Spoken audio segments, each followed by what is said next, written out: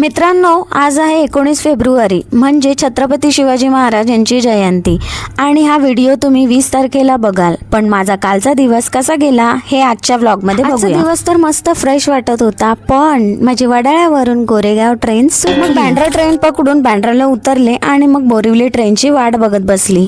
दुपारी मग सकाळी पॅक केलेला टिफिन खायची वेळ झाली. जेवण करून झालं की लगेच बसण्यापेक्षा थोडं फिरावं म्हणून वॉक करायला गेले. तिथे गार्डन मध्ये एक बोकड बांधून ठेवला होता आणि गंमत म्हणजे त्याच्या पाठीवर एक कावळा बसला होता अगदी राजासारखा आणि बिचारा तो त्या बोकडला नुसत्या टोचा मारत होता. आई ग, तो बिचारा त्याला हकलवू पण शकत नव्हता. थोडा वेळ त्यांची गंमत बघितली आणि मग शेवटी तो बोकड उठून उभा राहिला आणि तो कावळा पळून गेला. ऑफिसमध्ये मग संध्याकाळी आपलं चहा पाणी आणि थोडं चटरपटर खात काम उरकलं. बाबा, आज तर ट्रेनला नेहमीपेक्षा जास्तच गर्दी होती. उतरायला मिळणार की नाही हाच डाऊट होता मला.